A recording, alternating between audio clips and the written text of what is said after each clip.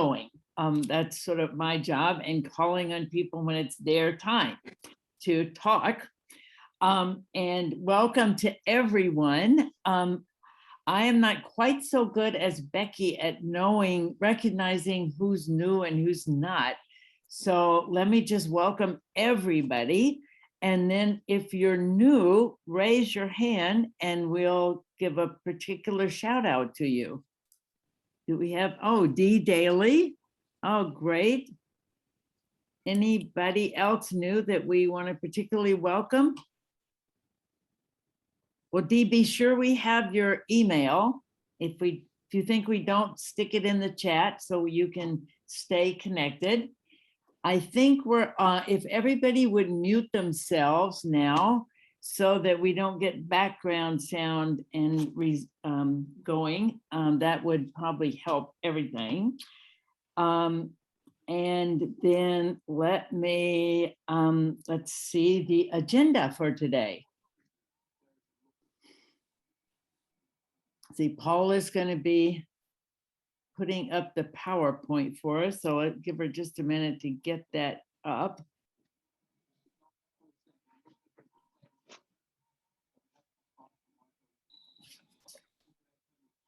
Okay, Paula, here we go. Here we go. So for November 7th, we have three major events for today.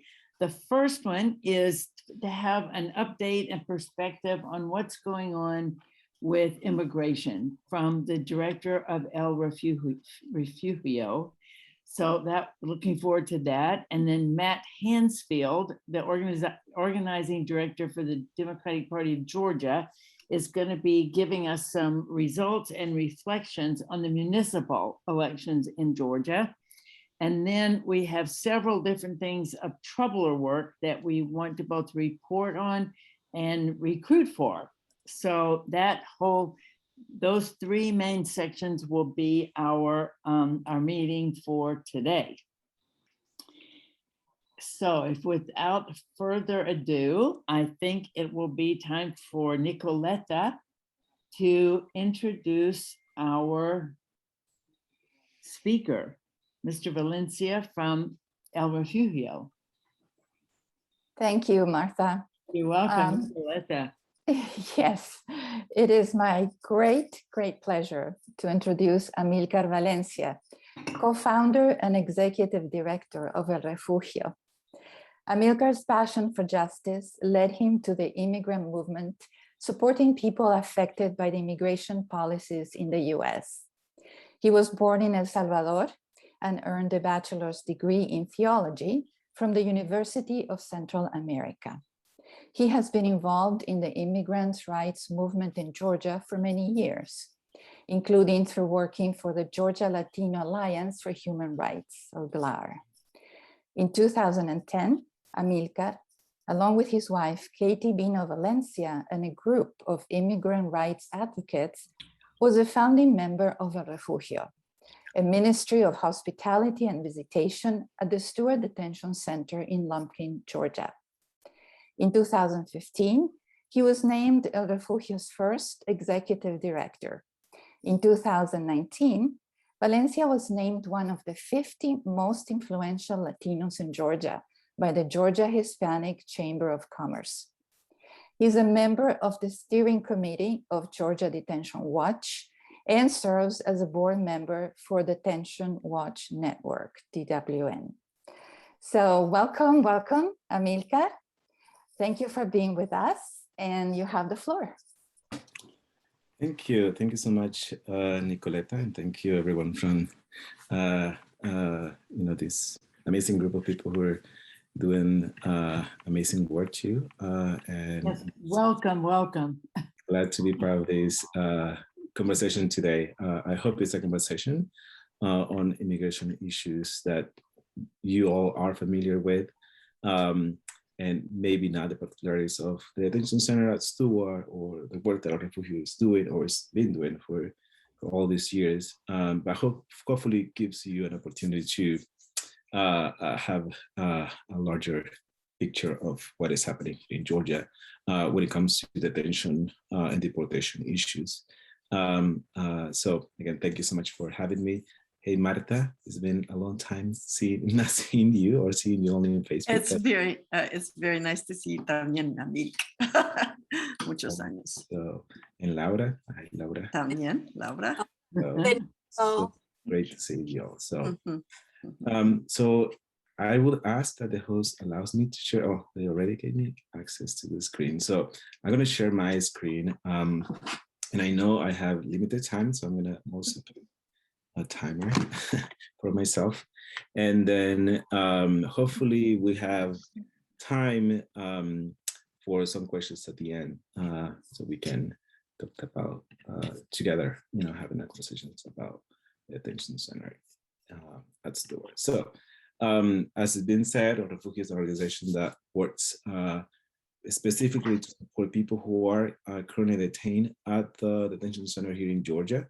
For those who are not familiar, Stewart Detention Center is the largest detention center in the Southeast, and it's been in operation for 15 years. Actually, October 2021 is when they actually, have their 15 years of being detention center operating this facility for many, many years now. It sits in Lumpkin, Georgia, which is about 2.5 hours from the city of Atlanta, about 45 minutes from Columbus, Georgia, south of Columbus, for those who are familiar with Columbus area. And as I said, it is the largest detention center in the Southeast. It is the deadliest also facilities in the United States. 9 people have died at this facility alone. 4 people in the last 2 years, which is very, very, it's cruel just to see what is happening at this facility. I'll talk a little bit more about that in a minute, but Refugio has been working all these years to accompany people, as I said, and what actually that means, for those who are not familiar with the work that we do. We have a hospitality house, which you can see here, is a house that has been welcoming people into our space, people who visit their loved ones at this facility. We also visit people in the detention center. I know some people for this group have visited Refugio before, or have done other work related to accompanying people in detention at Stewart. We do advocacy, advocating for, first of all, for people's rights in the detention center, right? People are treated with dignity and respect, which is something that we often see, like their rights are violated all the time. And in advocating, I guess, for I will say the larger picture here, which is releasing people from detention and shutting down the detention center because of the inhumane conditions and the treatment, as I mentioned before. And we do educational sessions too. So for non-immigrant community, I would say mostly, it's open to anyone, but for those who have not had that experience or, don't know much about the history, what happens when people are in detention centers. So this is an opportunity for people to understand a little bit better the process. And I think to face the injustice that people in detention face every day, like see it, for yourself. And hopefully, people get more involved and advocate for it, the release of individuals from detention. Right?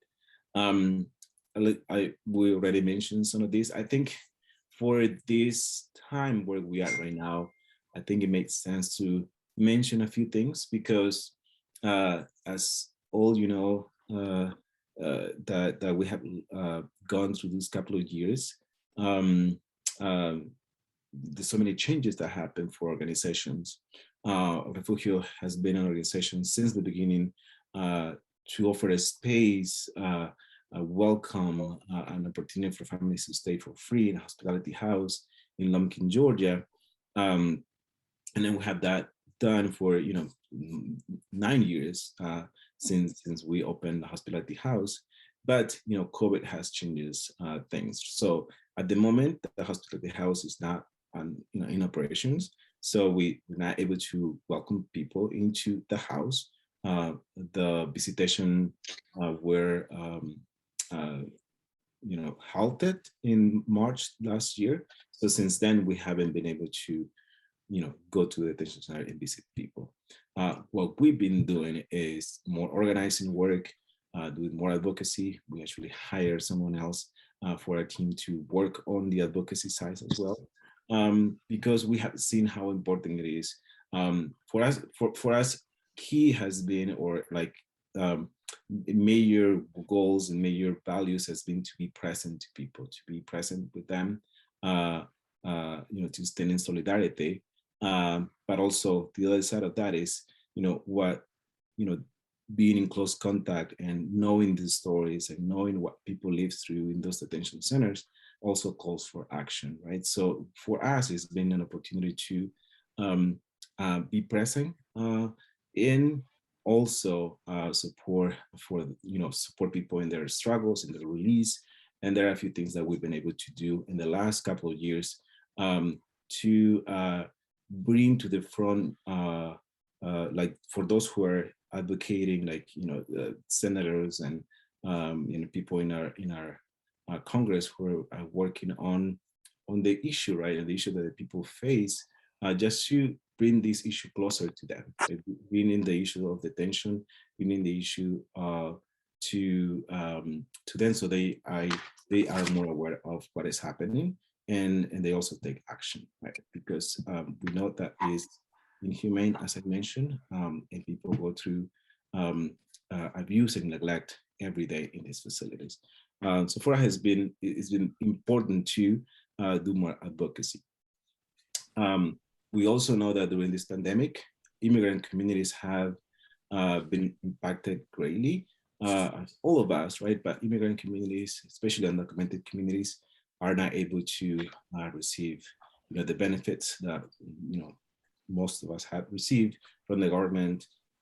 So we've been able to use some of the funds we had for Hospitality House, for example, and put those to supporting directly impacted people, families who have struggled to pay rents, to pay the bills, and use some of those funds to help these families too. And people who are released from detention too, they lost their job, now they lost every connection, and they're just trying to get back into their feet and trying to find works, but it's difficult, right, in this pandemic. So we've been establishing, we established one fund that is specifically to support directly impacted people, families, and people released from detention. So there is support that they can receive from Refugio if they have difficulties paying the bills and things like that. And we've been able to assist several families in this pandemic with that. Our core values are this. I mean, this is what we envision. We envision a work without detention, and our work reflects that. Like our work reflects that we are working towards, not only a nation, but hopefully a state that doesn't rely on the detention of individuals. Like we had, thanks to the amazing work that many other organizations has done. In the past, the Irwin County Detention Center was closed. And then I think this is an opportunity for us to also push for the issues that we see at Stewart, and also push for the ending the contract at the Stewart Detention Center. People have inherent dignity, and we believe people should, have ability to migrate, to pursue better opportunities. Many people are escaping violence, like we have seen over the years at the detention center, how people from different countries have fled Central America, for example. Now Nicaraguans are coming to the United States, and Haitians are coming to the United States seeking for protection, right? The countries are either facing humanitarian issues, like in Haiti. There's not functioning government in Haiti right now. In Nicaragua, people fleeing persecution, especially those who oppose the regime. In other countries, like in El Salvador, people have fled because of the gangs, and people in Mexico, the realities that immigrant communities and people in their countries are facing right now are very complex, and they have the right to migrate. And then we, as a country, should be able to welcome people, not just detain them, because it's what we're doing is just contrary to the international law, especially when it comes to asylum seekers. But in general, everyone who is coming here, even if they're not fleeing persecution, they should have the opportunity to migrate here safely. But that is not the case right now. And I'm gonna move us along so we can spend more time in the next of the slides. But for us, I think hospitality is still central. Like as I mentioned, we haven't been able to welcome people in our physical space in Lumpkin, but we welcome people in different ways, right? So we still offer hospitality. We still offer, we have a hotline. Nicoleta has helped us in that sense as well, and we have a letter writing program, and there are many other ways that we're present to people, even though we're not present in the physical way through this pandemic. We're looking forward for the day when we can reopen the house and welcome people into our space. But now I think it's more important is in what other way we can be still present with immigrant communities, especially those who are impacted by detention at Stewart. I'm gonna give very brief context of immigration in general in the United States, and I'll go a little more deep in the detention centers here in Georgia. So now you're familiar, immigration detention is something that not only happens along the border, it happens everywhere in the United States. Every dot that you see here is a locality, a city, county that either has a detention center, has a contract with immigration, has a 287G program, or has a massive detention center like Stewart Detention Center. So if we go to Georgia, there are multiple places where immigrants actually are confined, detained, right, to be placed in the deportation proceedings. That was the case for many, like Gwinnett County, for example, in Cobb County. That fortunately, there is the 287G program is no longer in these counties, but these counties, Gwinnett County alone, represented, I believe, 20% of all the deportations in 2015 nationwide. That's huge for one county to represent 20% of all deportations from the United States. Because basically this program allows the sheriff to anyone who comes to the locality for no matter what reason, right? It can be broken tail light. It can be something very simple that doesn't require detention for someone who is a non-immigrant. So someone who is a U.S. citizen, right? If you don't have your license, you have a broken tail light, you got a ticket, right? And you go and fix it, you pay, and that's it, right? That is not the case for our immigrant communities, who often are targeted and then face deportation just because they have this minor infraction. So if we go to every state, there is a place where immigrants are confined. Now, Stewart Detention Center, as I mentioned, is the largest detention center here in the Southeast. Is again, I mentioned 45 minutes south of Columbus, Georgia, and is the deadliest detention center. It has a capacity to detain almost 2,000 people, and has one of the highest rates of deportation as well in the United States. There are many reasons why that is the case. One being that the distance as well, like it's also hidden. So if you don't know that it's there, of course you're not going to say anything about it. Like many people in Georgia didn't know about the detention center. Like many of us who were working in this space probably know, because this is what where we work, and we are in contact with families and people in our communities. But if you are not part of those conversations, people ever don't know that this is an issue here in Georgia, but unfortunately is a big issue. And, you know, it's hidden, again, it's far from the city. You know, when the detention centers are close to localities, like, for example, the city of Atlanta or, you know, other cities, they of course face more scrutiny by the community, right? Why we have these detention centers? That's actually what happened at the Atlanta City Jail, right? The Atlanta City Jail had a contract with ICE, and because the efforts of the people in the community, you know, the mayor said that, you know, they were nice to get done with the contract, but there was actually a lot of pressure from the community to get done with to end the contract with immigration, and they finally did it in 2018. But it's still taking a long time to do that. Similar in Gainesville, there was a detention center, the North Georgia Detention Center. They also shut down, partly because pressure in the community as well. But Stewart is far, right? Stewart is far from Atlanta. It's difficult to mobilize people there. It's difficult to you know, set an action. And so it's more difficult, like, you know, the local community probably, you know, unfortunately depends on these facilities. Like they bring revenue for Stewart County. This represents like having a detention center represents 28% of their annual revenue.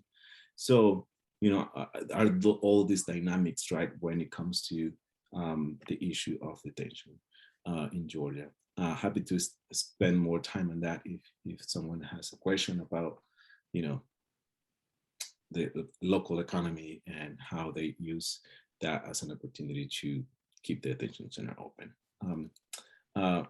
It's owned and operated by CoreCivic, which is a for-profit corporation. So from the get-go, the opportunity there is to make money, right? To make money off of the pain of people.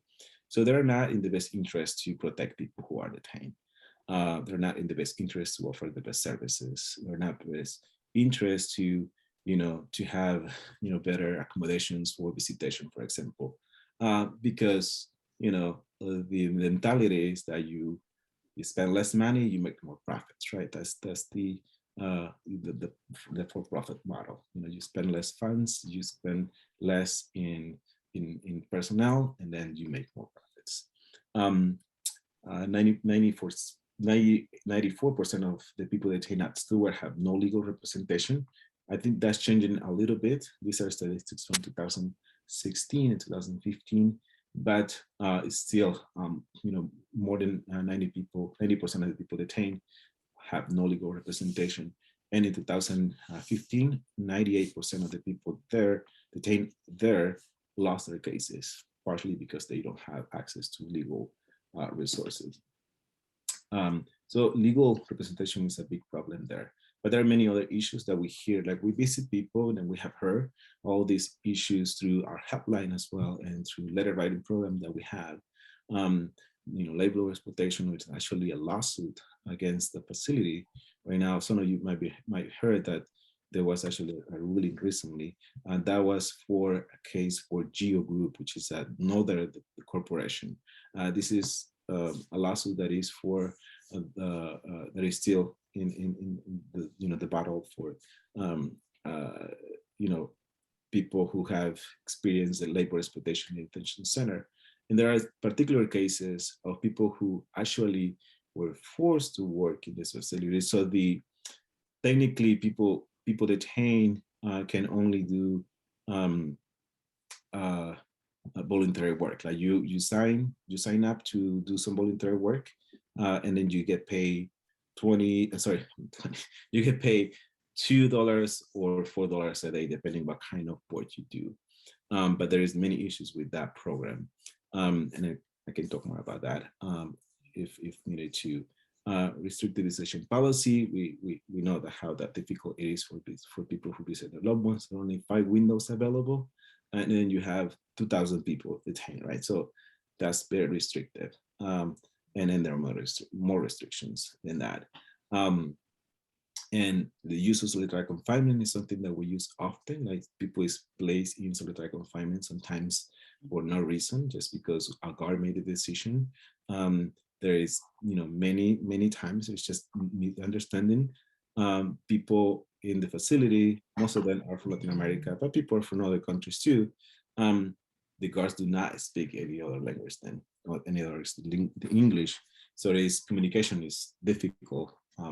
So there's these barriers that also can, play in a disadvantage for the people who are detained. Lack of sanitation, lack of nutrition, the meals that they receive, and many other issues that we hear often. I will go through these slides more quickly so we can get to the questions. Right now, there is about more than 22,000 people detained nationwide. The Stewart Detention Center is still, if you can see here in this statistic, is the detention center with the most people detained. So it's actually the second detention center nationwide with the largest detention population. This is the daily population. So it can fluctuate between 700 to 1,000 during this pandemic. And that's, of course, in many cases, violation of CDC guidelines, because people are, placed in larger rooms, and there is not opportunities for people to actually practice social distancing. We actually wrote a report about that we released that in May. It's called Cage of Fear, and I'll leave the link for you all to see it later. But so even in doing this, this administration, we still see many people detained. We see policies like MPP. We see policies like the Title 42 that is being enforced by this administration. Those are Trump era policies that are still being enforced by this administration. So there are many issues, and definitely I know they're trying their best, but when it comes to detention issues, this administration is failing the community and is failing their promises to uphold the values of liberty and freedom for all. So that's different, right? Like even before the pandemic, before this administration took office in January, there were about 14,000 people detained. So you can see the difference here, right? 14,000 people detained nationwide to now almost more than 22,000 people detained. So you see the difference there in the priorities, right?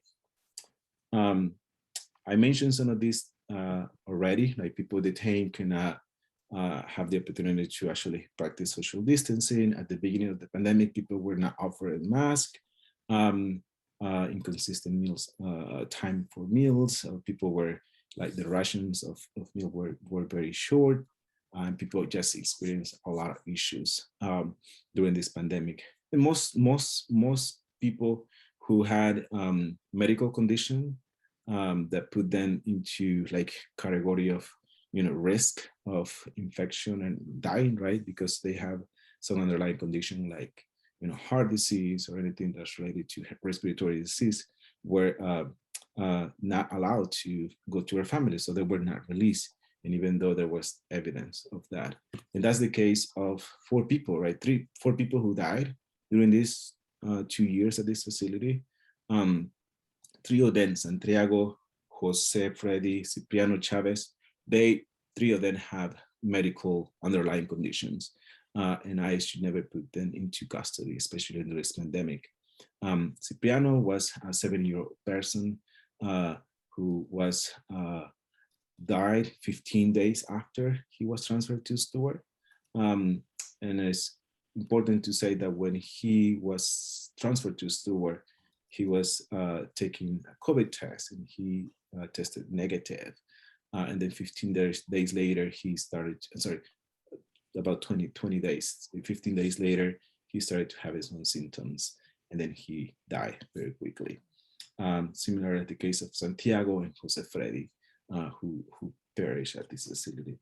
So 4 people already died in this last year, a total of 8 people in 4 years, and a total of 9 people in the, during the whole time this facility is being operated. So I'm gonna just leave it there for any questions. This is the link, and I'll share the presentation with you all too, so you can have it and go to the, the resources that are listed in my presentation.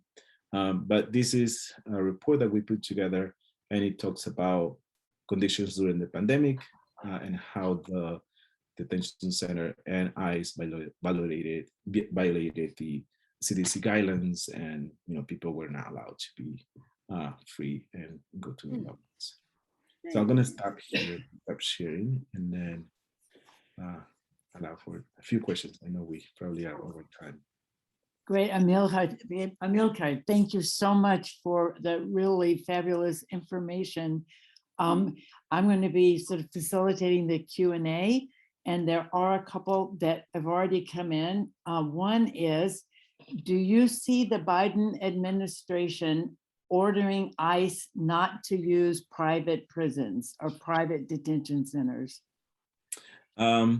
That's a great question. That's awesome. I would love to hear that. I would love for this administration to actually make a statement. They did a statement about private using, stop using private facilities, not for the immigration detention. And I think that will be great, because right now, private facilities run more than 70% of all detention centers. So, and that I will, I'd love to hear, I'd love to, if that's the case, also like to hear more in terms of what will be like, not only using, because sometimes when it comes to, we're not allowed new contracts, right? That doesn't change the current reality. So I think it has to be like, we're just going to end all the contracts. I think that's what I would like to hear from the administration. But it seems to me that, for example, with Irwin County, it was very clear that they wanted to make a statement that they, supporting the community. But kind of the statement stayed right there. Like, they gave us something, they shut down the detention center, but we haven't seen any other effort to deal with the issue of detention in a more radical way, which is what we need. Like, we just need to end the contract with all the facilities, including government-run facilities. So it's not just a private facility. Of course, private facilities, they make profits. They are profiting from your taxes, our taxes. But the issues that we know that happen here in the Stewart Detention Center also happens in government-run facilities. Yeah. And another question is, what kind of health care is being provided for women at Stewart, particularly given all of the problems that have been in the past at the Irwin Detention Center? Yeah, that's also a great question. Unfortunately, Irwin Detention Center, the women there experience just horrible reality in terms of medical care. Stewart Detention Center is not different in the sense of the neglect that people go through, right, every day. It seems to us, and for the reports and for the stories that we hear often, is that the medical staff in the facility can only do certain things, right? And certain things are related to, we can examine you, we can see what the problem is, and we can give you some painkillers, no matter what it is. No matter is it what you, like if you need to go for an emergency to the hospital and have a surgery, we're probably just gonna do the same thing for everyone, right? That's kind of what we have here often all these years, that it takes many times for people to actually have an intervention, a real medical intervention that will, deal with the issue.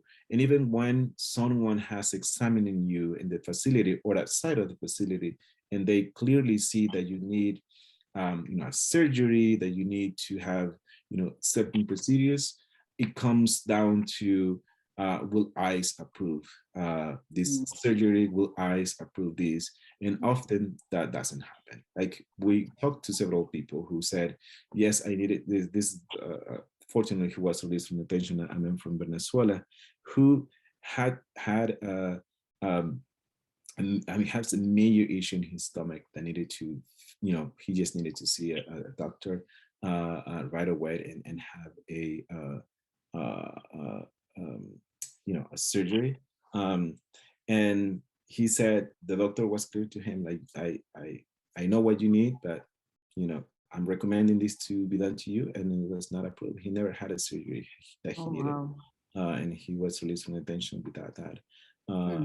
procedure. So it's, you know, when it comes to women, of course, there are more issues in terms of, you know, the treatment that they receive, and then, you know, they started detaining women in December, so we don't have a lot of data yet, right? We know that people experience issues at the facility, but the treatment is, you know, just the minimal, just the Right. minimal.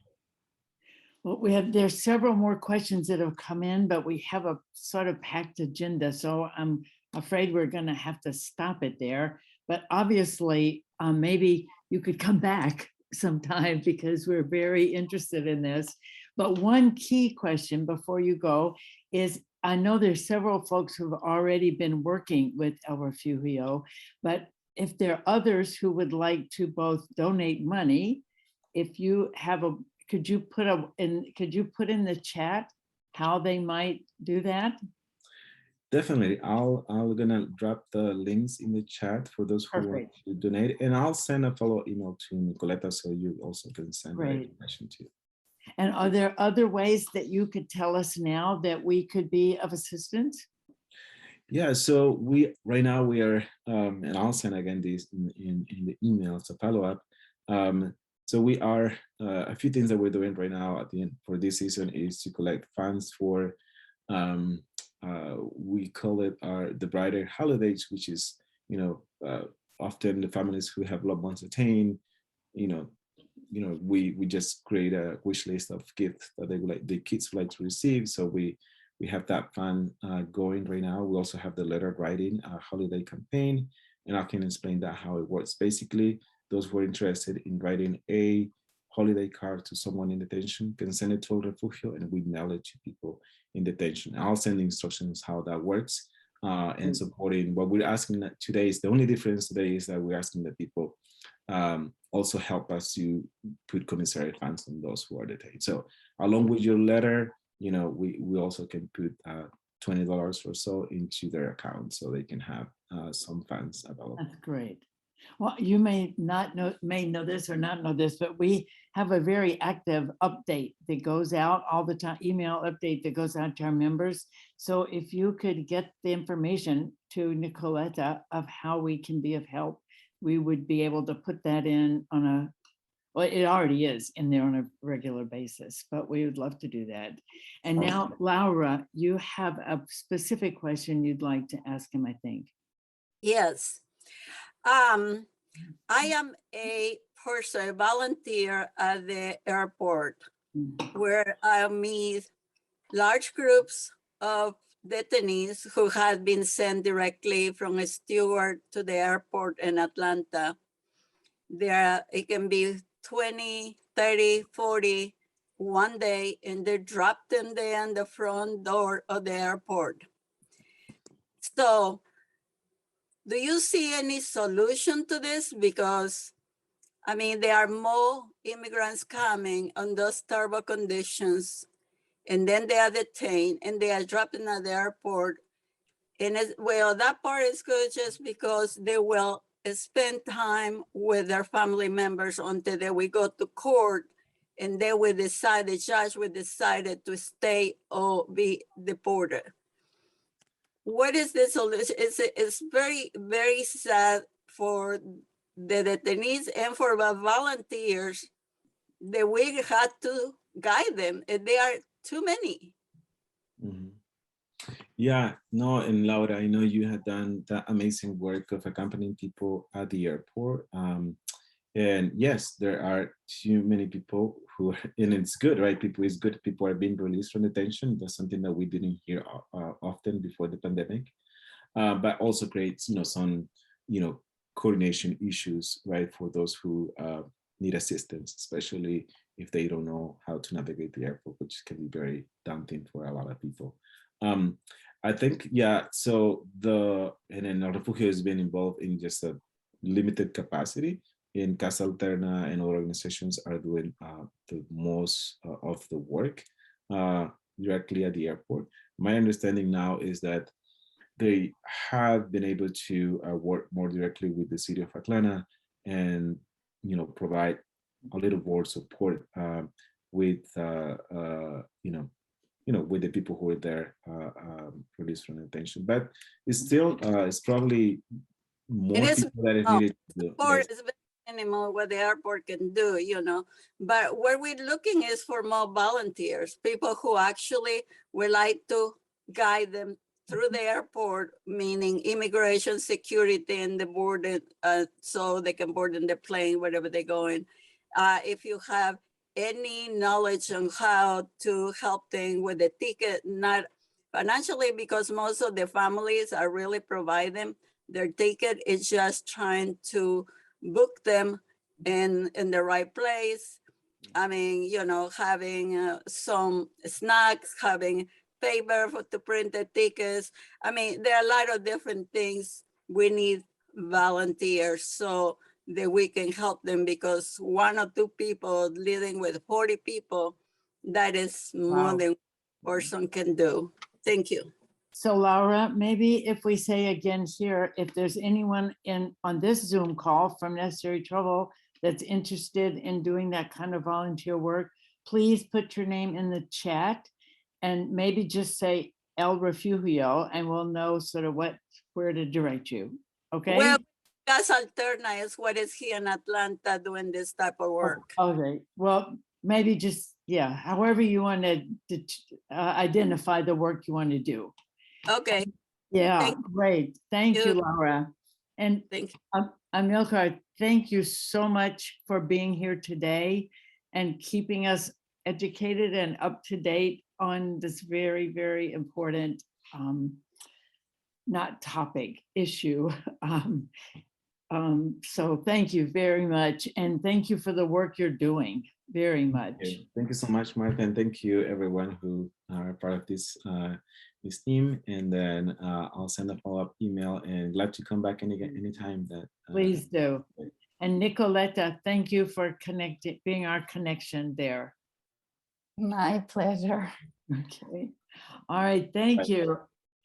Thank you so see much. some Armida. claps around the electric hands are clapping, and real hands are clapping all around.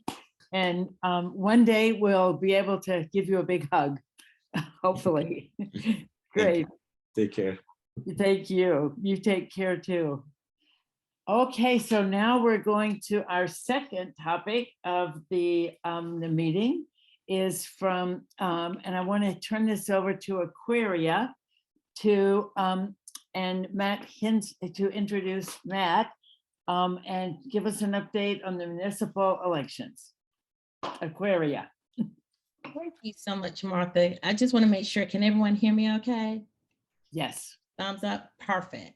So today we are fortunate to have Matt Hansfield, who is just emerging from organizing the municipal races, to come and share with us the results of the elections across Georgia, as well as share his thoughts about the school board races, focus on the Democrats and progressive candidates. And though in this particular election, like I just can't believe it just literally been 5 days ago that we went to the polls to vote. And our municipal races that are considered nonpartisan, but what does that mean for the Democratic Party? And for him to share, if time permits, how the Democrats did this year. But before he gets started, I want to provide a little bit of his background for you. Matt Hansfield is from Tucker, Georgia. He earned a degree in political science from Tulane University. Since 2014, he has worked in several campaigns, such as Hillary Clinton's presidential campaign. He's worked with the Virginia Democrats. He has also served as deputy field director for Pennsylvania Democratic Party. He's been the organizing director for Cory Booker's presidential campaign in South Carolina 2020.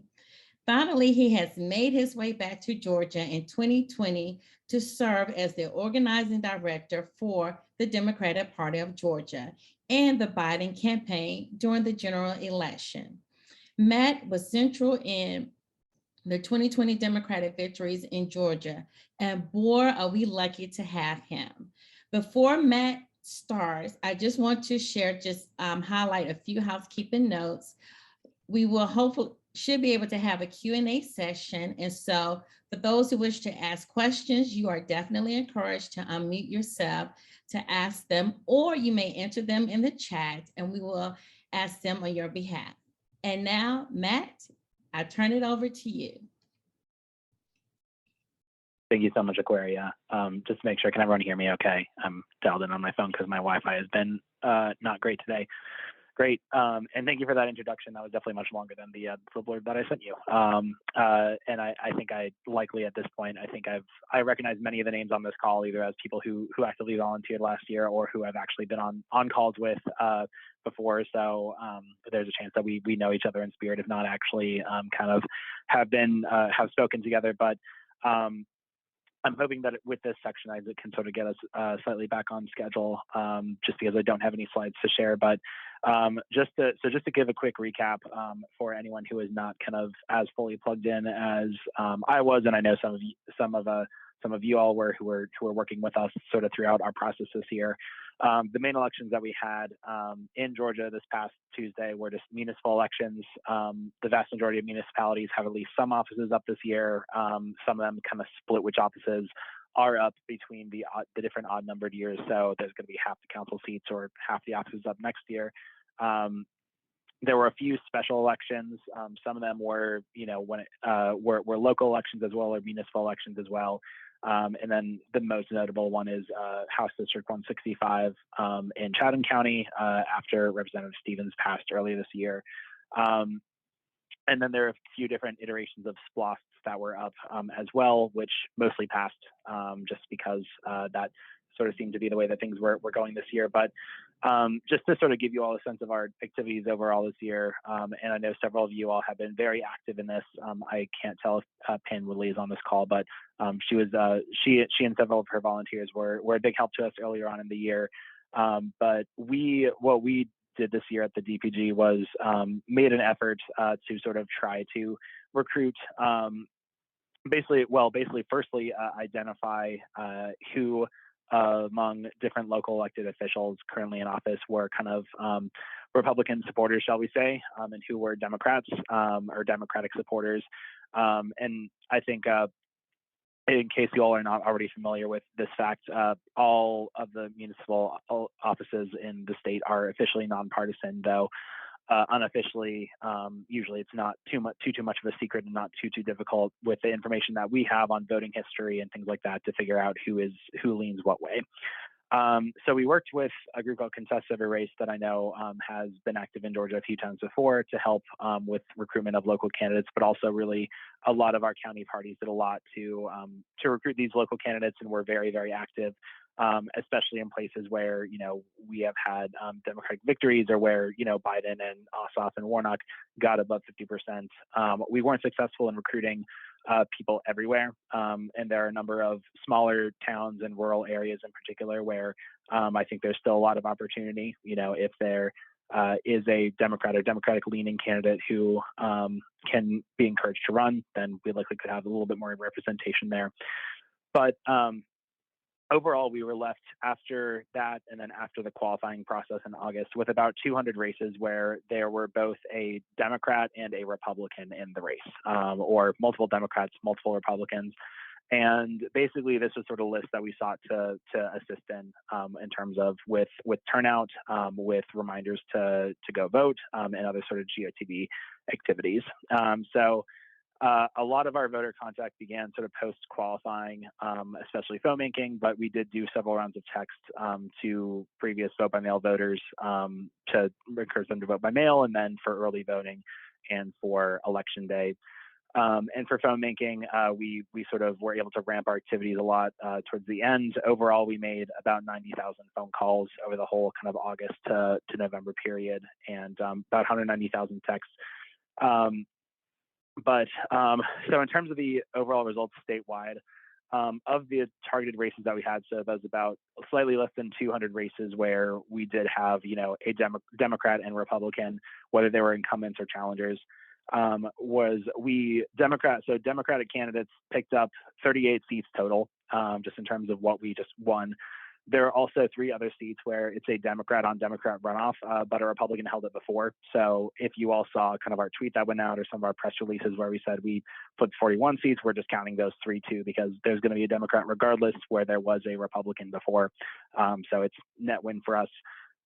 There were 61 Democratic holds in terms of places where we'd had a Democrat elected who was having a Republican challenger.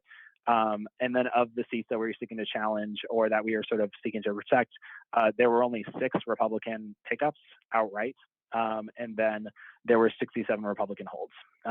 One note is too, there's going to be several runoffs, and 13 total of the runoffs that are going to be going on for November that we know of right now have basically Democrats and Republicans. So those are ones that we are going to be active in and going to start phone making in on Tuesday. But really, so I mean, in terms of the overall flow of things, we picked up a lot. We won a lot of seats, and there's a few reasons for that. I think that a lot of our victories came in particular in lower level offices within sort of the Atlanta metro. I think the biggest, probably the highest profile losses that you all are aware that we have is, there were of course several mayorships in the Atlanta metro that we were looking to win and we fell short in. And I'm not good at prognosticating, but I think there's a few potential reasons for that. But regardless, overall, we saw in quite a few areas, some of that, even though there was some drop off in there was some drop off in some of the lower elections, some of the Democratic voters potentially stuck with those. And so there were a few places where we did fall short in the top tickets, but then we did have some success down ticket. The other places where we won is we won a lot of South Metro seats, both council and mayorships. And we also had some council seats and others in South Georgia where overall incumbents may just have not had challengers in quite some time. And I think that like one of the overall trends that we kind of see is that some of the places where we did have some of these victories are places where maybe there were longtime electeds who were Republicans and had been reelected each year, or in some cases they decided not to run this year. And so we had some Democrats that were running and ended up winning those without too much difficulty. In other cases, I think potentially just there hadn't been a major challenge to them in some time, so we were able to get them pretty I don't want to say without work, but we were able to knock some pretty significant victories on Tuesday. And some shout outs there in particular are, go to like places like Americus where, our candidate who had a lot of support from a lot of different groups, Booker Gaynor, sort of unseated the incumbent Republican mayor there by a hefty margin. Overall, in terms of where some of the struggles and difficulties came, I think the overall thing is challenges to incumbents by either party tended to not succeed. I think, again, of those slightly fewer than 200 races we were challenging, if I read it over again, we had 38 Democrat pickups, 6 Republican pickups, but then 61 Democratic holds and 67 Republican holds. Incumbents won the night pretty overwhelmingly in a lot of cases. And I think that, part of the takeaway is even in places where you do have pretty dominant Democratic performance, when there's a D or R next to someone's name, incumbency has its advantages. And being able to be in office for 4 years and be at a lot of community events and that sort of thing still carries a lot of weight if you don't have something else that is sort of alienating to people. So the other and I think that just sort of touches on a lot of these local issues matter, and just to sort of share one bit of insight, because I think that one thing that we do sort of know, just in terms of the breakdown of some of the people, and we still don't know, we don't have the full records of everyone who voted. We'll have that soon so that we can sort of perform a little bit more analysis on who exactly turned out in these elections and who were some people that we were able to get to turn out, who were some people who skipped, even though we were sort of pushing them to go. Is that, at least when we can look at vote by mail, people who successfully voted by mail, these are things, this is like, especially in some spots where, like Tucker, most notably, that was overwhelmingly Democratic. So when we sort of talk about like how things went, I think that one of the things we do have to note is that, Democratic turnout was quite strong. And I think that one thing I did want to address too is in terms of, partially what we saw in Virginia and then some things that we saw here that might have mirrored that is there are definitely several races that we had where, really some of the outcomes were very much driven by heightened conservative turnout in already kind of slightly Republican leaning areas, especially in some of these, in some of these areas where, Democrats still may not be as used to or the Democrats that we have in the area might not be as used to turning out in some of the lower level elections. So in particular, those 6 Republican pickups were mostly in some towns in some Republican, heavily Republican leaning rural Georgia counties that just had constantly, kind of reelected some. It's sort of the same in reverse, essentially, from some of the places where we were able to pick some things up. These are places where potentially some of the same Democratic incumbents were elected just year after year, and then once you had some local Republicans challenging them, there was a lot of energy on that side, and so they were able to turn out and notch that victory. But in particular, one race where we did see that quite a bit is Peachtree City, which of course Fayette County overall is trending our way, but and we did have a great Democratic leaning candidate in that race. But overall, there was a really kind of surge of conservative turnout there as well. That kind of ultimately put 2 Republicans into the runoff there. So, which is a little bit disappointing for me to see personally, because I happen to like Nick Ferrante quite a bit. But in any case, I think that just some overall takeaways from this year, and we're going to need to still, I think, see some of the full, once we get the full voter file update on like who actually voted this year, then we'll have a little bit more insight. Democratic turnout was still strong. Just in some cases, there's other things that seem to inform people's decisions. We will sort of see what election day turnout was like, but in terms of early voting and vote by mail voting, there were a lot of people who participated in this election who we wanted to see vote. And overall, I think that some of what we're working on next is just going to be making sure that we can hopefully continue some of the work that we did this year with candidate recruitment and really sort of have some lists that we can continue to work with as we go forward, and note some people that are potentially interested in running for office at the local level who also maybe have run once before, have a lot of existing local connections and things like that. And let me make sure I'm not missing anything from my notes here. I think that the overall thing is we of course, there are a few, in the state, there are a few things that we hope to win that we did not, but overall, Democrats had a pretty good night on Tuesday, and we're expecting to be able to mount a few campaigns to win some of these runoffs as well. In addition to, I know we have Imani Barners on this call. There's some runoff. There's Manfred Graders and a runoff in Gwinnett. I'm unfortunately not going to be able to give everyone a shout out who's in one because I'm not recalling everything offhand. But there's a number of really promising ones across the state. I mean, there's a mayoral runoff in Brunswick where we do have a Democratic leaning candidate in that runoff. So overall, there's overall what we sort of, I think, we're able to achieve this year is still a lot. It's very impressive that we have so many sort of new leaders active at the local level and able to kind of serve as additional bench builders and advocates for Democrats in some areas that can use it. We were able to elect some Democrats in some rural counties that we want to keep blue or continue to move blue, and in other areas like Chatham County where we had quite a few victories. Those are areas that's an area that's becoming an increasing kind of bank of votes for Democratic candidates and an increasing kind of a point of where a strong performance is needed. So ultimately that helps us, and I think that we're going to do a lot of conversations about how we can keep a lot of this running and learn from this year to make sure that we mount obviously a good note for next year, but hopefully an even better one for the next round of municipal elections. So I think with that, I can pass it off to you, Corey, if you'd like to open up the floor, or whoever I should pass it off to.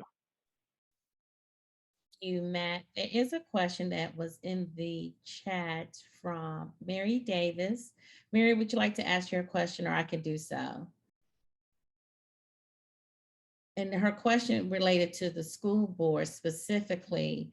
What we're interested in and wanted to know is that as school boards was definitely one of those main local elections nationally that were being targeted. And so can you share with us a little bit of insight as to where the Democrats were as relates to the party as relates to the school boards, and were there some leaning Democrats, were there some gains there, or were there some losses there as it relates to, you know, the subject around critical race theory and curriculum, and then closing and reopening, you know, was that, did the Dems have more before all of this? And then, you know, just kind of what were the results around that across the state that you can speak to? So unfortunately, I can't speak to sort of the full range of things across the state, because there were mostly the main places where we were kind of especially tuned in, and where local county parties were tuned in as well, was in Marietta, in Rome, and then I can't believe I'm forgetting the third, but and really the overall results in those particular places where we were kind of active and sort of pushing some of those candidates is there was no net change. The candidates that we had in Marietta unfortunately did fall short in those races. And then in Rome, there was one Democrat who was on the school board who moved up to city council, and then that seat that she left was retained by a Democrat. So again, there was really kind of no net change, and we didn't see, so in the sense that we did not sort of see an overwhelming surge towards the right on there. You know, I suppose that in one sense is good to know. Although my Wi-Fi's gone down, but I'm still good on my phone. But overall, yeah, there, at least in terms of what we were focused on, there was not a lot of actual net change that we saw on election day in those particular seats.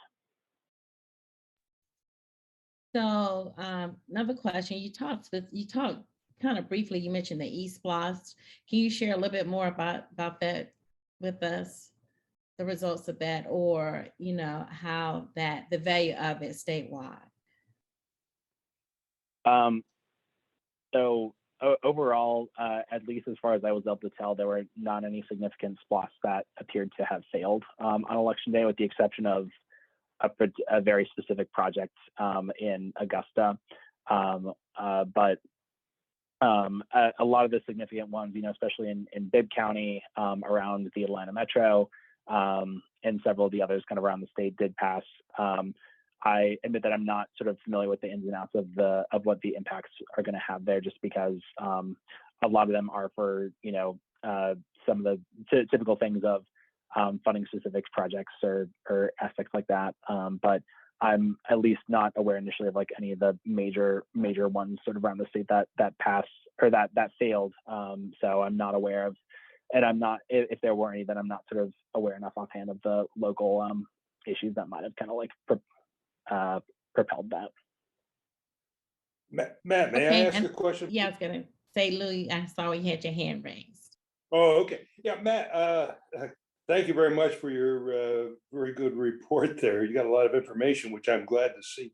A number of us worked in Tucker, and I know we have Imani on there, which we're going to try to get in on the 30th, and I think we'll talk about her later. But my question is, what could we have done differently for Robin Bureau against Allman in that election? What are your thoughts? I was out the same day when one of the persons doing what I was doing got assaulted by one of how do I word it? One of the toughs of Imani or of Allman in the city. What could we have done differently and to have gotten him elected? This is one where I just have to say I'm not always good with in terms of the strategy and the prognosticating. I mean, I know that the DeKalb Dems mounted a great effort. I know that there was a lot of energy on Robin's behalf. I know that Robin himself ran a pretty strong campaign. And I think that, and again, Tucker was one of the main places where, if anything, I had to double check that some of our initial numbers in terms of who voted by mail was right, because we had that about 70% of the people who voted by mail were strong Democrats. And then, of course, the initial results that we saw were, about 55 Amin, 45 Byro, and that trend stayed basically for most of the night. So, again, the most that I can really say on it is just that, again, incumbency has its advantages, and for plenty of the people who maybe are used to seeing, Mayor Amin or people just out and about or that kind of thing. I mean, maybe that does carry a lot of weight for some people, and especially on some of these local issues. I can't necessarily speak to it beyond that, because that just does seem to appear to be what happened, but I don't know that that's any fault whatsoever of the Byro campaigns or of local Democrats. As far as I can tell, the turnout was very strong. And again, we had the people that we would want to see voting did vote, so it is certainly a tough one. Thank you, Matt. Appreciate that.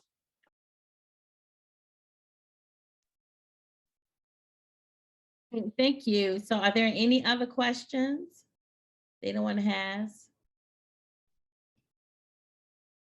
If not, I think we're a little bit past the time here, but Matt, we want to thank you so much for coming out. And if there are any questions that happen to pop up, we'll definitely forward them to you and send them out for you to respond to for us. Thank you again for coming out.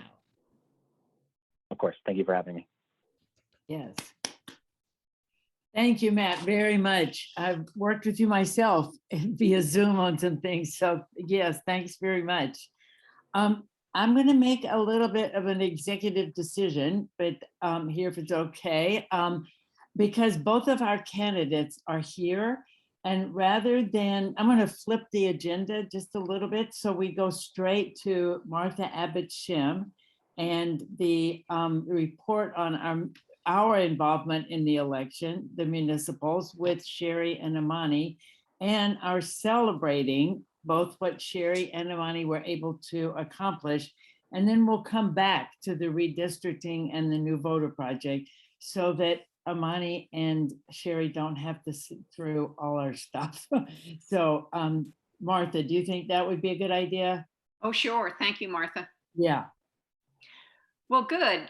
We're pleased to have Imani and Sherrie both with us.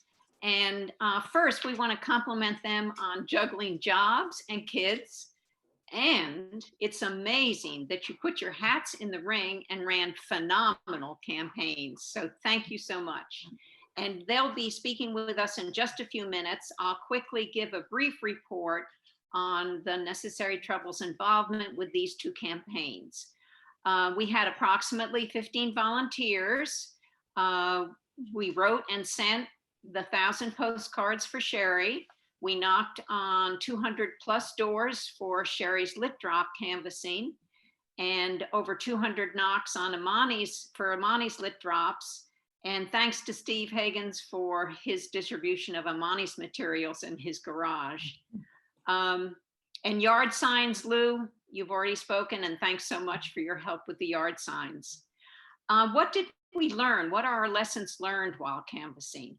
One thing is that if we use Minivan, it's really helpful to enter comments from the potential voter in the notes section, so that a candidate can review the notes and make a follow-up call to a voter if that's what they have requested.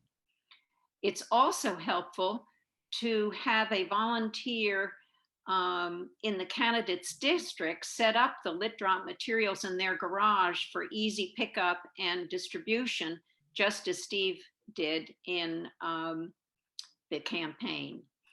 And then when canvassing in apartment buildings, if a resident is outgoing and interested in spreading the word on a specific candidate, look at the list with the names on them and give the lit to that resident and have them knock on their friends' doors, because they'll be very effective and support the candidate is more likely to enter into a conversation and support our candidate. Necessary Trouble might consider doing the following things. Plan dates and times and bring Necessary Troubler volunteers to a central location for canvassing. In that way, they'll get the materials and possibly meet up with another person if they'd like to go as a pair. Another suggestion that came to us is work with Democratic leaders in the target counties on the specific campaign. And thank you, Becky, for already reaching out to Karen Davenport to coordinate the Necessary Trouble efforts for Imani's runoff. And now we'd like our two candidates to speak to us. And thank you so much for coming here. And we are celebrating both of you with your campaign. Sherrie, first, what is your feedback? What would you suggest to us to do differently, or what worked particularly well for your campaign? And thank you all for having me. This was a great experience, just for lack of a better descriptive word. This was my first time running. So what we were able to accomplish in just 10 weeks was amazing. I don't think that I know that I'm not walking away from this experience with any negative feelings or thoughts. When you consider the fact that last election, the municipal election, there are a total of about 432 votes, right? And one of the biggest things that I talked about during every Zoom, every candidate forum was really educating the neighbors, our neighbors in our community about voting and how important it is. We nearly doubled last year's voters. So we had the highest turnout in history. That's not something that I'm upset about at all. So we reached a very important goal. Also, the numbers that were published, and I hope they had corrected this information, my total vote number was actually 337 votes. Oh. Yeah, so I've learned a lot, including that you can watch votes being counted. So I actually did that. I went up to City Hall and I watched the votes being counted. So I knew my total. And so when I woke up the next day and a different total was posted, I was a little bit perplexed. I said, oh, okay. But later I did receive an email from the city with the correction. But I only had 10 weeks from, submitting my application to election day to reach our goals. And we actually did reach the voter goal. When you start a campaign, you look at historical data and you try to figure out your vote number. I surpassed my vote number, but we didn't account for having such a large turnout, and which that's not something that you can predict, right? I mean, I'm new to politics and everything that's happened, but I've had a week to kind of digest everything that's happened, and the wheels have turned over and over again. How can you prepare for nearly doubling, the historical data in terms of voters? I don't think you can. Well, you did a fantastic job. Yeah, so I'm not at all mad at or upset about what we did as a group, as what your group was able to do for me. I wouldn't have been able to do it without you guys, without the postcards, without the canvassers. I wouldn't have reached that. I'm 100% sure I wouldn't have reached that goal. So I know for me, I thought I had 1 year, but I actually have 2 years until the next seat is up for election. So obviously I have enough time this time. If I could do this in 10 weeks, imagine what I can do in 2 years. Fantastic. So I'm excited. I'm really That was the excited. question I had for you. I hope you run again, and we're all there to support you. Congratulations, Absolutely. Sherrie, a fantastic campaign. And so I don't think that there's anything else that we could have done. We did everything that you would normally do and surpassed that in terms of getting out, canvassing, reaching out with obviously more time on hand. I can obviously reach more doors in terms of canvassing, but in terms of the postcards that went out, I actually did 2 separate postcard campaigns, and they went out exactly when they should have, the week up, to remind people, not, too far in advance so people, forget and, it becomes less important, but right on time. So I think that we just did a fabulous job in what we were able to do in such a short amount of time. We reached the goal. Unfortunately, we just had a higher number of voters turn out but that's a good thing. Whether they voted for me or not, they participated, right? So that That's right. participation, you know, happens again in the next 2 years. I'm almost 99% sure that what we're going to see from our local government is going to put me in the perfect place to win when I run again. Good. Thank you so much, Sherrie. And now, Imani, we want you to join us, please. And congratulations. And it's very important announcement. She, as you know, is running in the runoff. And we want you to put in the chat, or have someone else put in the chat, the information about donations to your campaign. And will volunteers please put your names in the chat, so that Necessary Trouble will have the support to help you with this runoff. Imani? Hello. Thank you, everyone. You're amazing. Thank you. I have met some awesome people from Necessary Trouble. I owe you guys everything. You guys have been pounding the pavement, making calls. I have friends who have gotten calls from some of you guys, and that was just confirmation that you guys were just going hard for me, and I'm so thankful. Sherrie, congratulations for your run. I want to just start off with that, because this is my first run, and my first run in politics as well. And so I know the grind, and I know what it takes to get to this point. And kudos to you for even running, because it's a scary road, and it takes a lot to get up here and stand up for our city. And so I appreciate people like Sherrie, and I appreciate people like you guys from Necessary Trouble volunteering. I have not met most of you all in person, but like Lou is my guy. I talk to Lou. I text Lou almost every day. He was one of the first ones to text me when I found out I was having a runoff, and I'm like, Lou, how did you get the data before I did? So right. So you guys helped me out tremendously with the phone calls, with the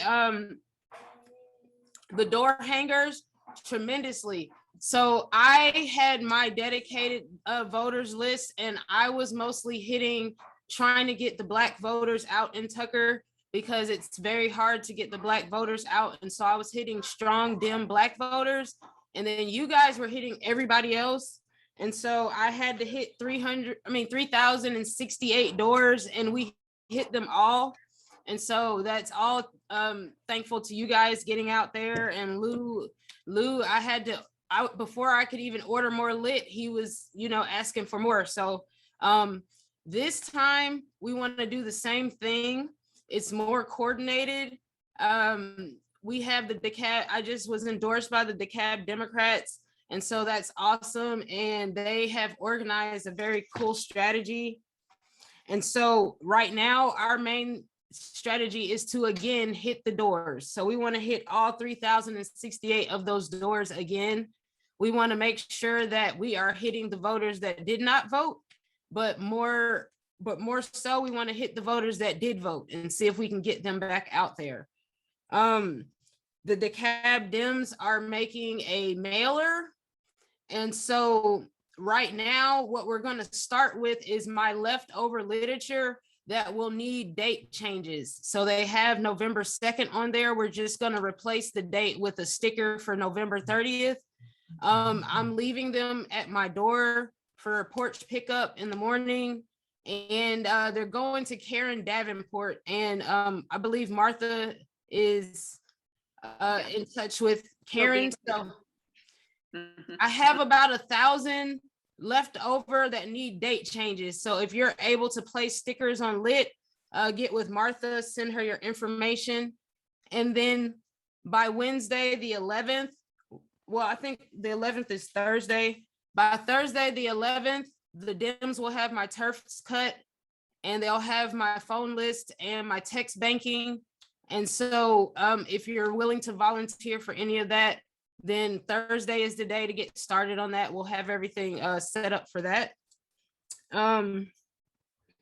Yeah, I'm ordering more yard signs. So I would probably get those to Lou. He's been organizing the yard signs really well, so I'll get those to Lou. I have about 20 here, and then there's 20 at someone's house for porch pickup that Karen Davenport is aware of. And so we have about 40 yard signs on hand and about 1,000 door hangers that need stickers placed on them. Fantastic. Well, we'll certainly get the stickers on those immediately for you and Right. get volunteers. Volunteers are putting their name in the chat now, but in addition, we'd like to support your campaign. Can you, is it in the chat now? Have you put it in for donations? I'll do that now. Okay, thank you.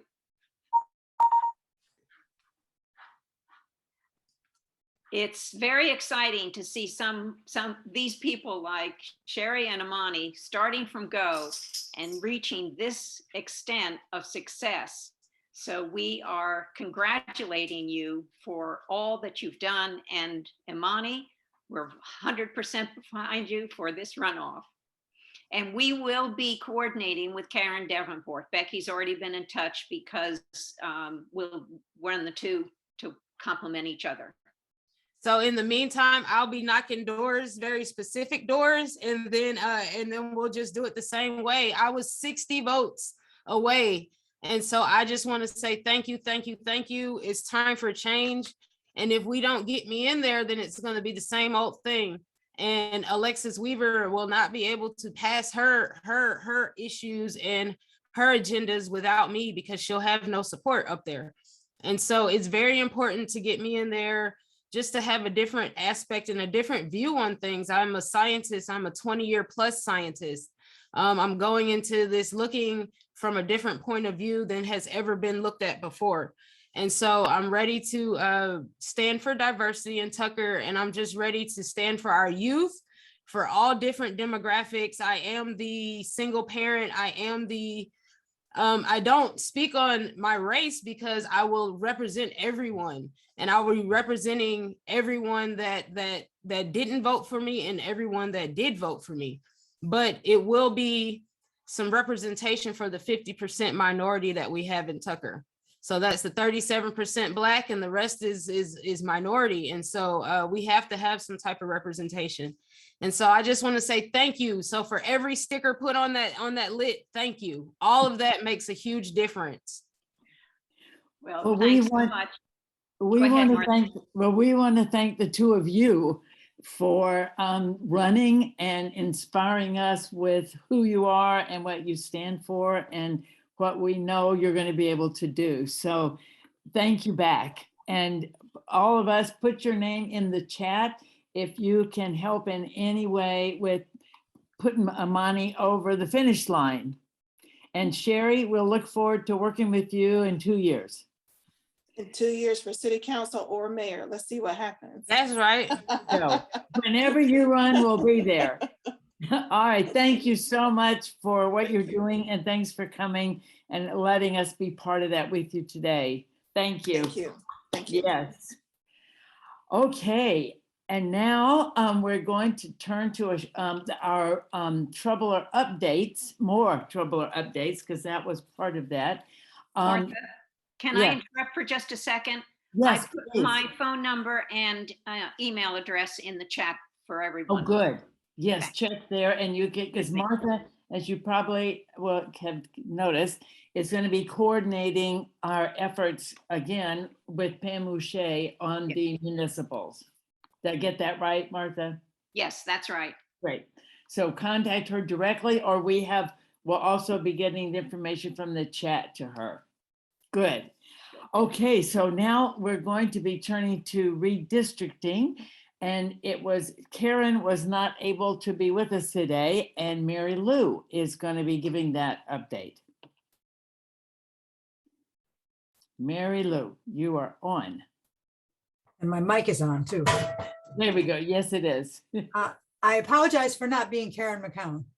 But I'm going to do my best to share what's happened at what's happening right now at the State House and to represent necessary trouble.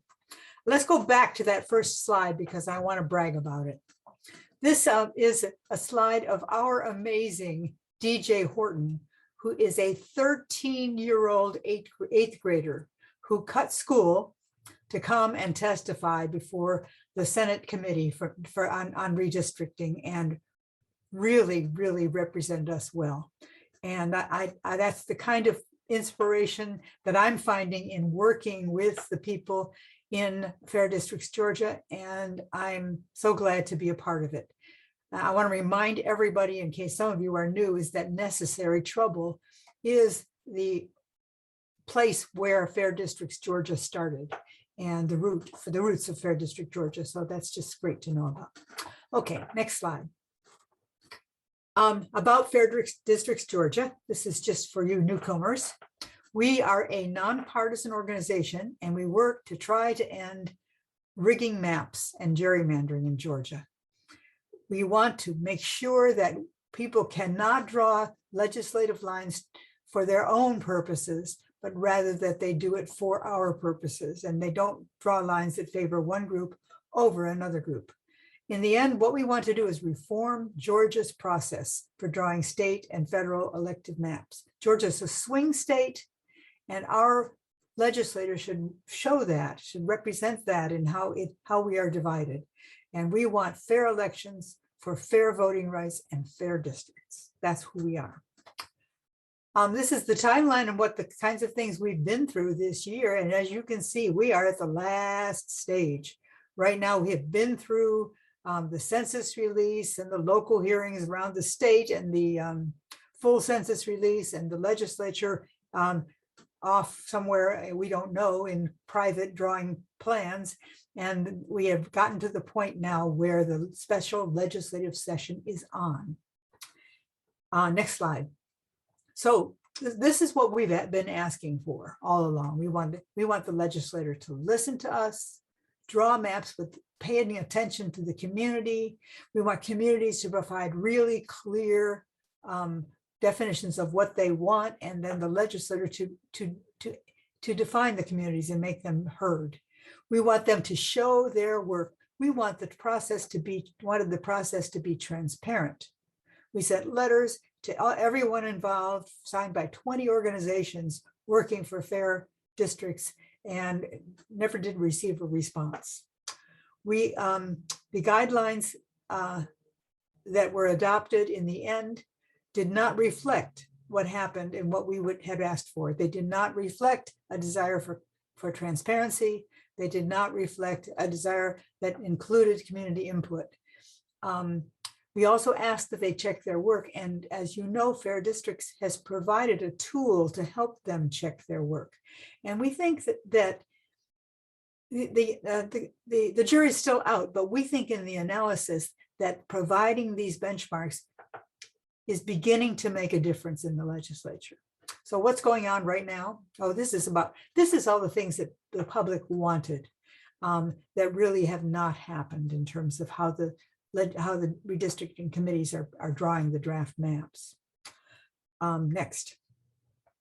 I'm moving right along so we get to my last slide before I have to finish.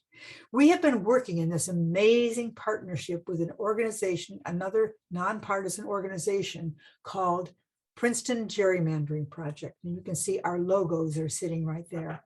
I just learned recently that bug that represents the Princeton Gerrymandering Program is a gadfly.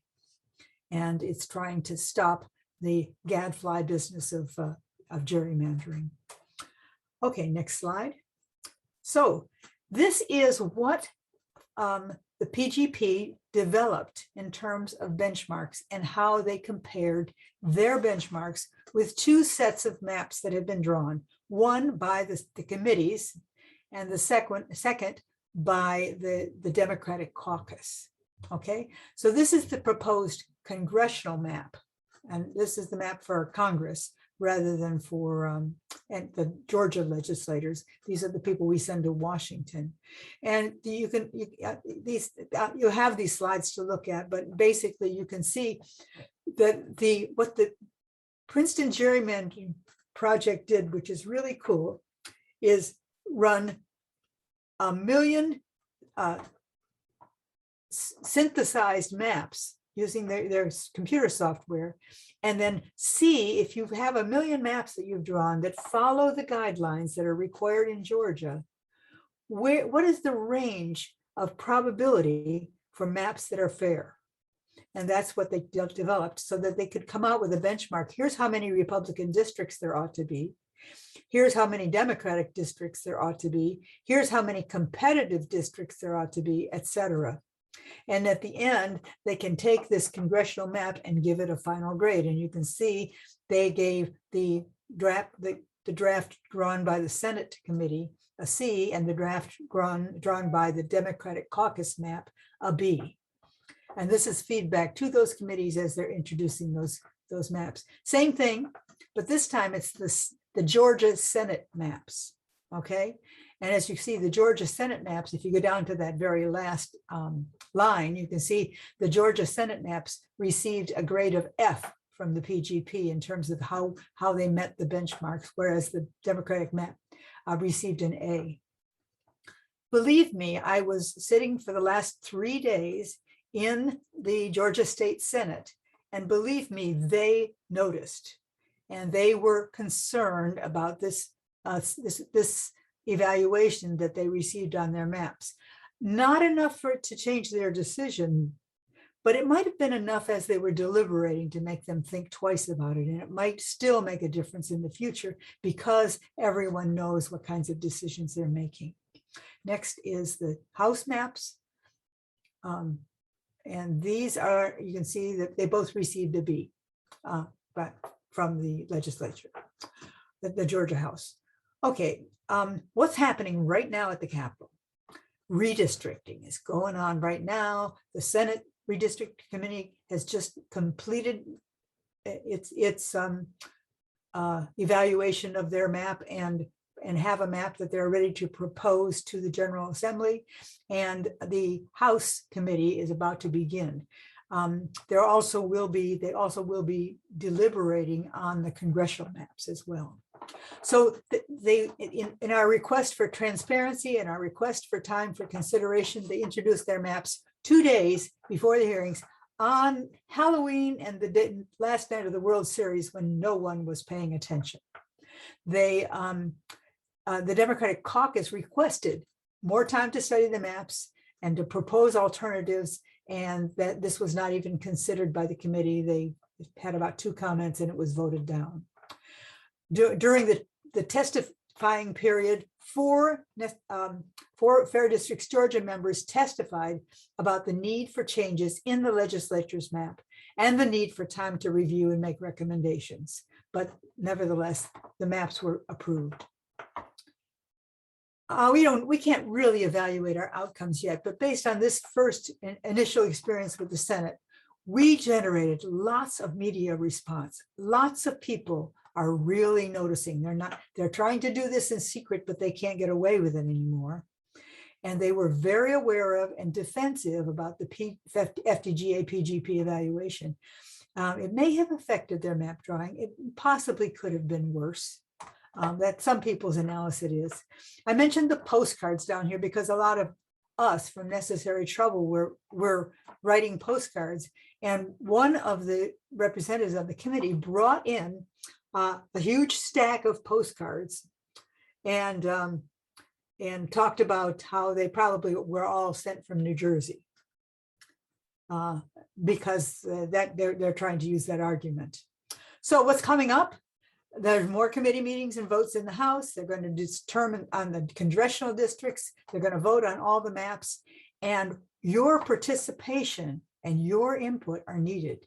You can come and testify as soon as tomorrow at 1 p.m. in room 405 or 406 of the CLAW building. You can come and just be in the room with a Fair Districts Georgia button on and make those folks aware of their audience and that they may be prompted to do better and be more fair.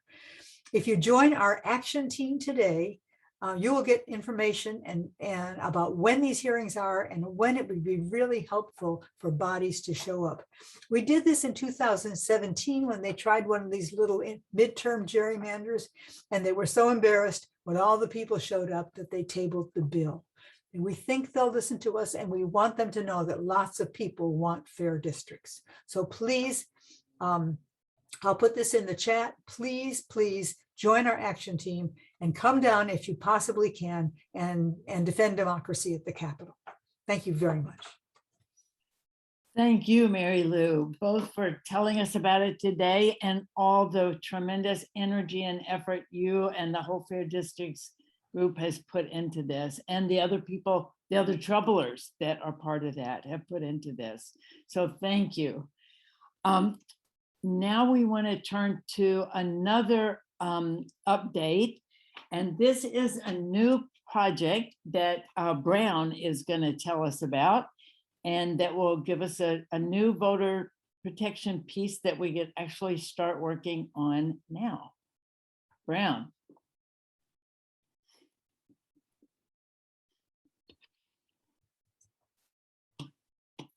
Whoop, not quite unmuted, Brown. I was for a second. Oh, Okay. there you go. I'm changing my name to Martha, by the way. So can I share something? Is that okay, Paula? Yeah, we just need to make you a co-host, Okay. I think. Let's see if that happens. Oh, it doesn't matter. No, Oh, you are. You are Okay, there now a co-host. Okay.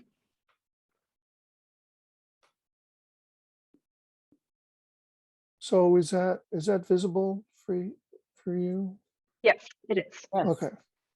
So we're this is going to be pretty quick. Martha actually has probably sent out an email. Martha Talbert, one of the four Marthas. on the They list. don't, nobody knows Martha Talbot. Yeah, Martha Laird, I'm sorry. That's all right. That shows you how far back I go. So we're working with the Democrats, the Georgia Democrats, specifically with Sarah Draper, and she has a project for us. It's going to be an interesting collaboration, and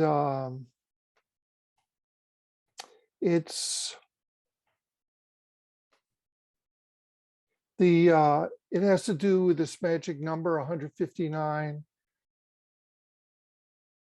counties in Georgia. And I read that there used to be 161. we didn't, we had even more at one time.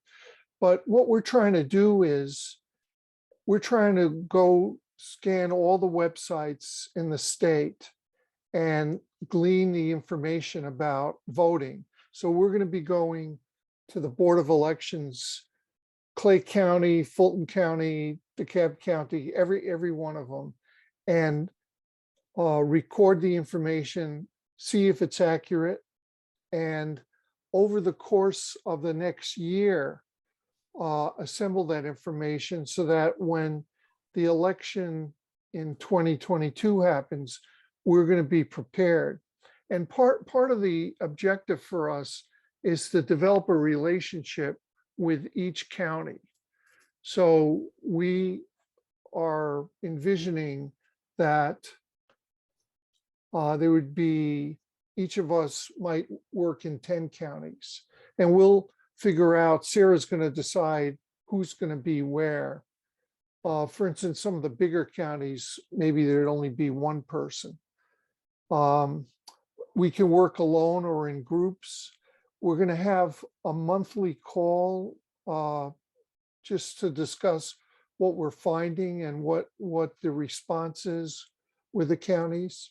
And the time commitment, we don't see this as a huge time commitment, but it's going to be variable. As we get closer to the election, we'll probably be spending more time.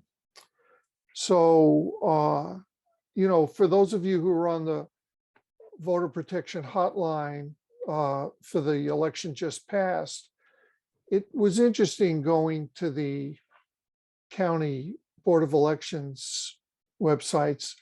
Some of them I found personally that it was really hard to get information about where to vote, what the situations were, and calling the counties, they were,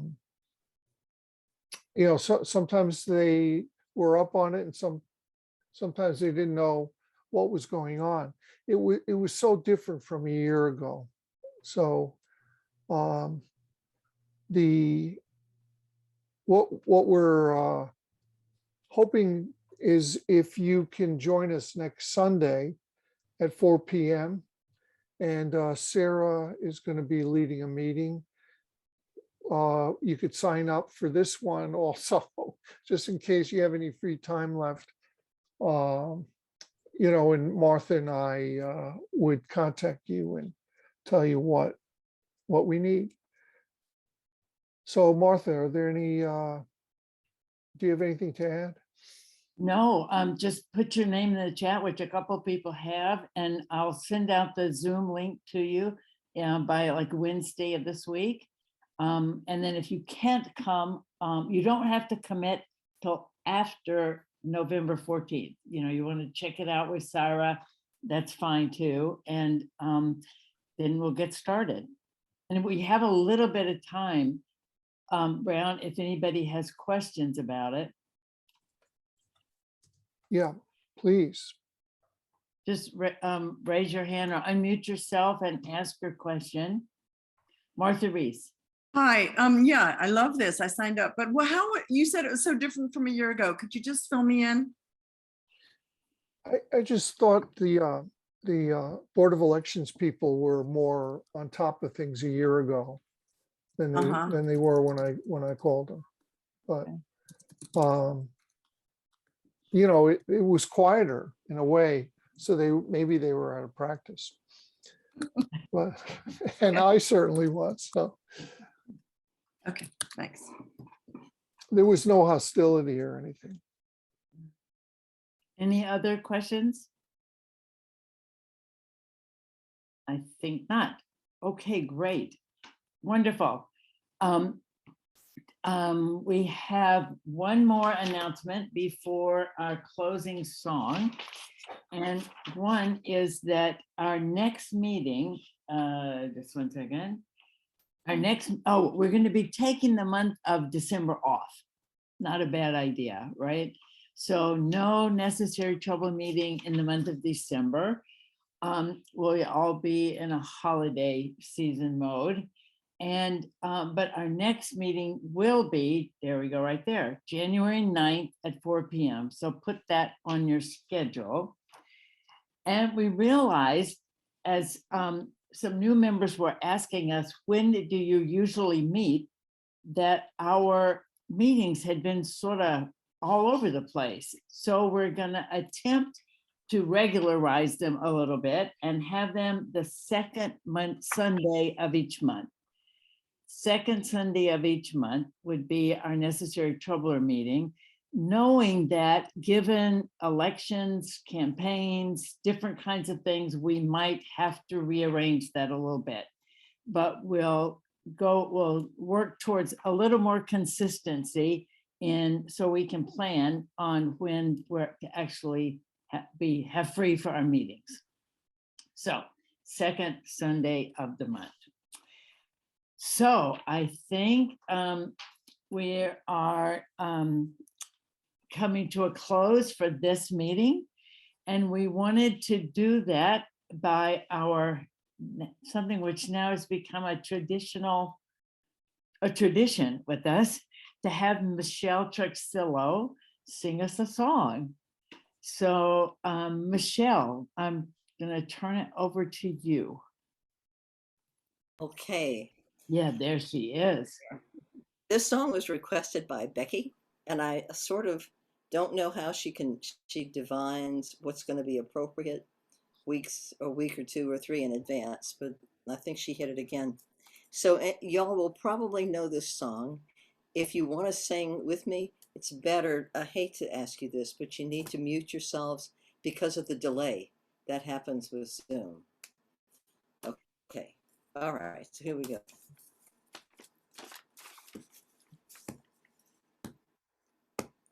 This little light of mine, I'm gonna let it shine.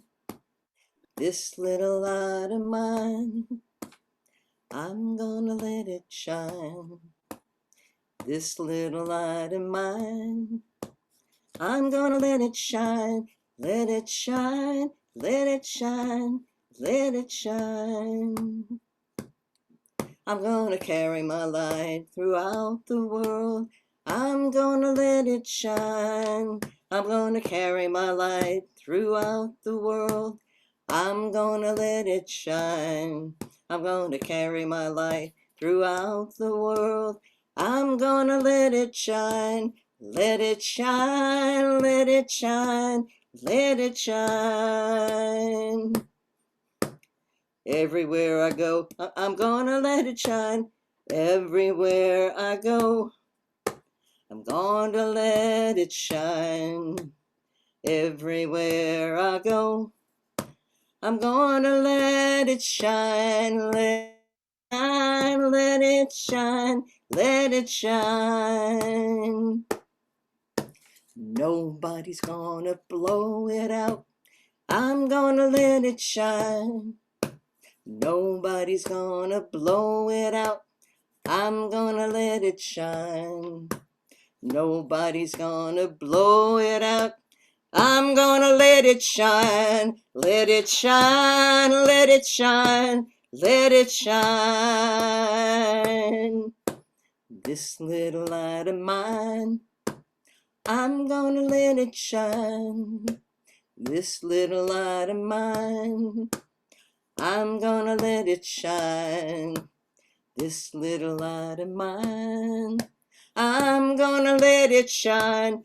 Let it shine, let it shine, let it shine. Woo! Now we can all unmute and say goodbye. Thank Thank you you. all. Thank you all. Thank you all. Thanks, Martha. Bye. Thanks for leading a great Thank meeting. you.